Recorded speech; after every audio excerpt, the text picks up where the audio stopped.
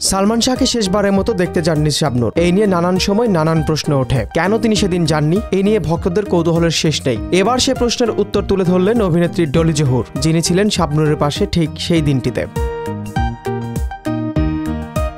ডলি জহুর জানান, ঘটনার দিন সকালে তিনি শাবনূরের বাসায় ছিলেন। কয়েকদিন আগে সিঙ্গাপুর থেকে চিকিৎসা করিয়ে ফিরেছিলেন শাবনূর। মেকআপজনিত গুরুতর স্কিন অ্যালার্জিতে ভুগছিলেন তিনি। প্রেসক্রিপশন দেখার উদ্দেশ্যে ডলি জহুর সেদিন তার বাসায় যান। ঠিক তখনই শাবনূরের বাসায় ল্যান্ডফোনে আসে সংবাদবাহী এক ফোন।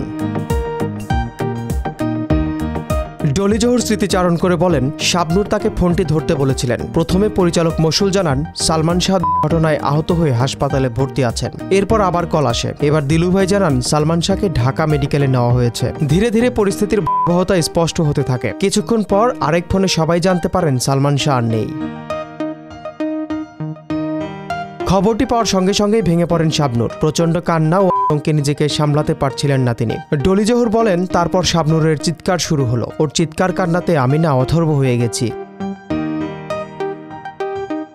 শাবনূর বারবার বাইরে যেতে চাইছিলেন, ছুটে যেতে চাইছিলেন সালমান শাহকে দেখতে, কিন্তু তার শারীরিক অবস্থা ভালো ছিল না। আর বাসায় তখন শাবনূরের মাও ছিলেন না। শাবনূরের মানসিক অবস্থার কথা বিবেচনায় নিয়ে নির্মাতা এহতেশাম ফোনের নির্দেশ দেন তাকে বাসা থেকে বের না করতে। ডলি জহুর জানান, তিনি সারাদিন শাবনূরের পাশে ছিলেন এবং রাত প্রায় 12টা পর্যন্ত সেখানেই ছিলেন।